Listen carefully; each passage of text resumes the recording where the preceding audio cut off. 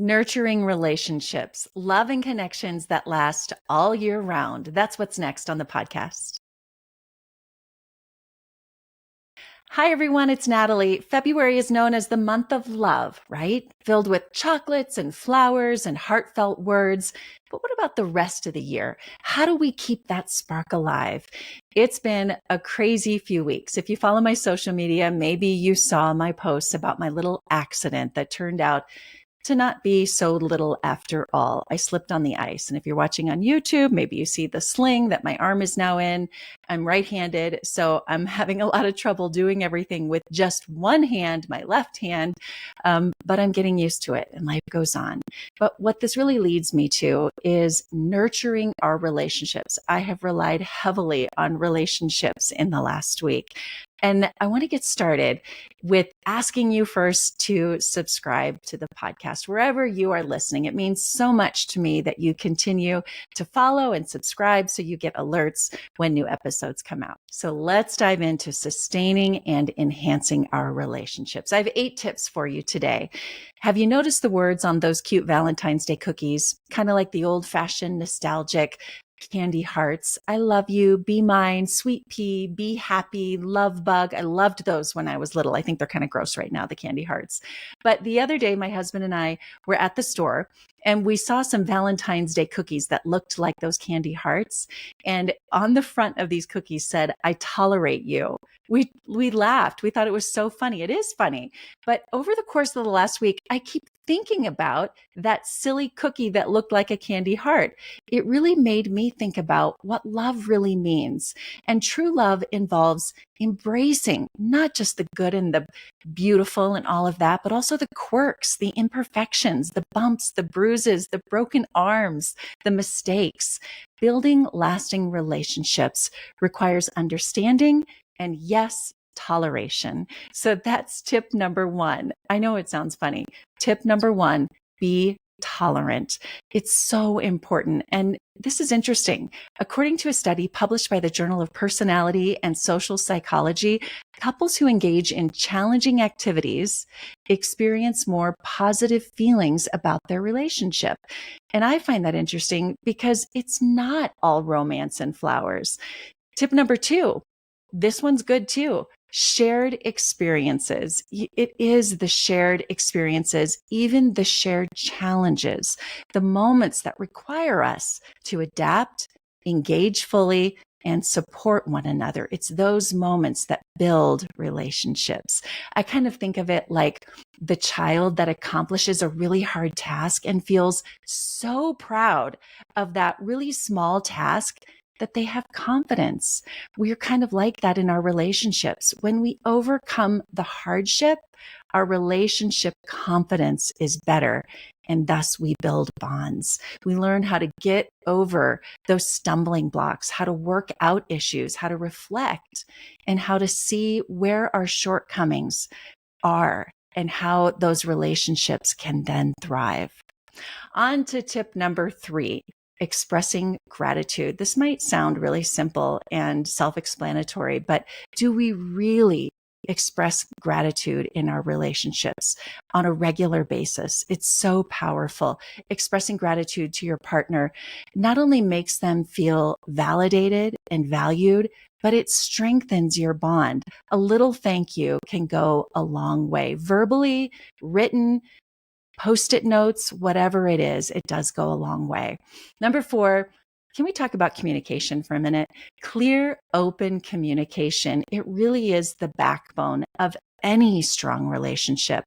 It's important to express those feelings honestly and then listen attentively when your partner shares their own feelings. For so many people, it's harder than it sounds. I get it.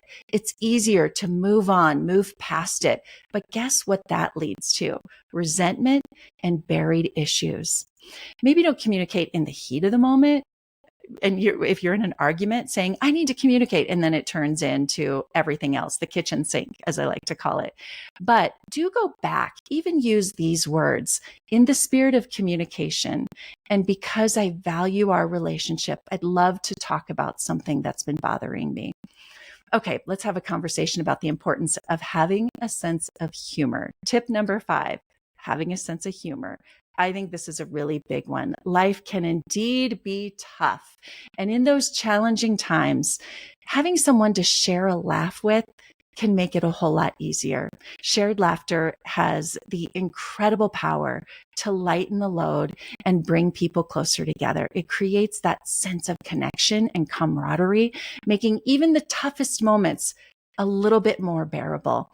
Let me tell you a story. So I fell on the ice. So I'm not very tolerant, shall I say, of ice lately and snow. And we've had quite a few bouts of snow this year here in Colorado. We were coming home last weekend from a volleyball tournament with our teenage son, and it was dumping snow, not just a little bit, but it was coming down. I think we ended up getting 10 inches in like 7 or 8 hours. I'm not a meteorologist. That was not my specialty, but it was a lot. It was dumping snow. And we're pulling into the driveway. And before we pulled in, my husband said, you know what? Open the garage door, just stay right here. I'm going to just clear those 2 paths where you pull the truck in so that we don't crunch over that snow, because we have a north facing driveway. And as soon as you drive over it, it packs that snow down, and then it's really hard to get it to go away. It can take weeks. So he said, just sit here. I'll go in. I'll grab the shovel. He's shoveling. And I'm kind of using the laughter because I pull out my phone and I'm videoing him, and it is coming down and it's heavy snow. So he clears one path and then he starts clearing the other one. And it's so heavy. I can tell he's like very frustrated by it because he doesn't have all the gear on. He's just trying to do a quick clear, and it was not a quick clear. So he tells me to pull in, and I'm trying to line the tires up with the 2 paths that he created so that I don't drive over the snow. And I can't do it. I can't seem to figure out where those 2 are. And he's like directing me, and he's getting frustrated. And I'm kind of laughing. So he's even more frustrated with me. So eventually he's like, just pull in, just never mind, just drive over it, just pull in. And so I pull in over the snow. I can't seem to find those 2 tracks. And I get out of the car and he's like, how could you not? It's like very simple. And I said, I can't see where the tires are when I'm sitting. So this moment escalated a little bit. And then we both just looked at each other and we just laughed. And that laughter, and what made it even more funny is we had just seen this cookie. And I said, you know what? I tolerate you. And then we both laughed even more. So laughter can be so helpful. We were frustrated, but that moment of laughter and then admitting that, yes, I'm not the best driver, and he got frustrated, but that laughter really helped in the moment. Tip number 6, prioritize quality time. In our busy lives, it is so easy to get caught up in routines and forget to carve out time for each other.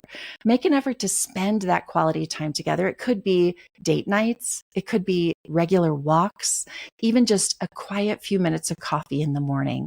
What does it look like in your relationships? I challenge you to think about what that looks like regularly. And by the way, maybe it sounds like I'm focusing on romantic relationships. I kind of am, but this goes for any meaningful relationship, parenting, friends, your parents, you name it. Where is that quality time, that laughter? Where is the uninterrupted time without distractions? Phones, of course. Even if it's just 5 minutes, think about that quality time. Are you looking for ways to stay energized, healthy, and help your family stay healthy? I've started taking supplements from Seeking Health, and it has changed the game for me. I no longer worry that my family is getting enough of the vitamins we need, and I know the quality of what we're taking is top notch. I take an immunity support supplement, magnesium, and several others, including electrolytes to stay hydrated. So many people ask me about these supplements that I've made it really easy for you to find right on my website, natalietysdal.com/favorites. Also, bonus, I have a coupon code to help you save 10% on your order. You will find that coupon code on the website as well. Go to natalietysdal.com/favorites. Click on Seeking Health. I may earn a small commission if you purchase there, but that's just to help my small business grow, the website and the podcast, to keep this news and good interviews coming your way. Again, natalietysdal.com/favorites and click on Seeking.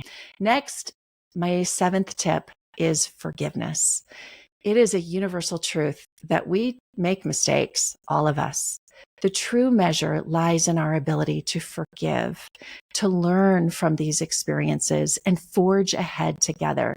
Why do humans find this so challenging?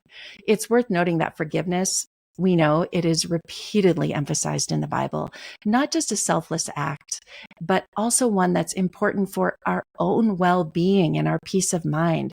In fact, Luke 6:37, do not judge and you will not be judged. Do not condemn and you will not be condemned. And then Matthew 18:21 and 22 further emphasizes the nature of forgiveness. When Peter asked Jesus how many times he should forgive his brother who sins against him, and Jesus replied, I tell you, not 7 times, 77 times. This teaches us that forgiveness is not a one-off act, but a continuous practice. And let me tell you that just like anything, we have to practice these things. We have to practice forgiveness for it to become more of something that we do regularly without a lot of hesitation. Let me encourage you, when you find yourself holding on to anger or resentment, remember the power of forgiveness in strengthening relationships and bringing peace to yourself. Next, supporting each other's individual growth. That's number 7. A strong relationship involves 2 individuals who support and encourage each other's personal development. It's important to give each other space and freedom to pursue your own interests and goals while also being there to cheer the other person on regularly. As just people, as individuals, we are constantly growing and changing. That's normal and it's good. So it's so important for us in our relationships to evolve alongside our friends and our partners. And lastly, don't forget to keep the romance alive. Since we're talking about relationships here and romantic relationships, maybe that's small gestures of love, like surprise dates, handwritten notes. One year, my kids and I put sticky notes all over my husband's mirror in the bathroom. What a great thing to wake up to. Those little things that reignite the spark in your relationships. Keep the flame of romance burning, or even for your kids, like putting sticky notes all over, or even, how about this one? Taking an expo marker, just a dry erase marker, you can write on a mirror and then you can wipe it off. All kinds of little notes. Those things just brighten someone's day and make such a big difference. Take the time to plan those things or even do them last minute. Special outings can create all kinds of memories and deepen those connections. So there you have it, my top 8 tips for keeping relationships strong all year round. Remember, love isn't just for February, it is for every single day. And I would love to hear from you about the unique ways you are building and sustaining the bonds in your life. Let's create a community that supports and inspires each other. I'm grateful for you every day. I love you, and I hope you have a great week. Talk to you soon.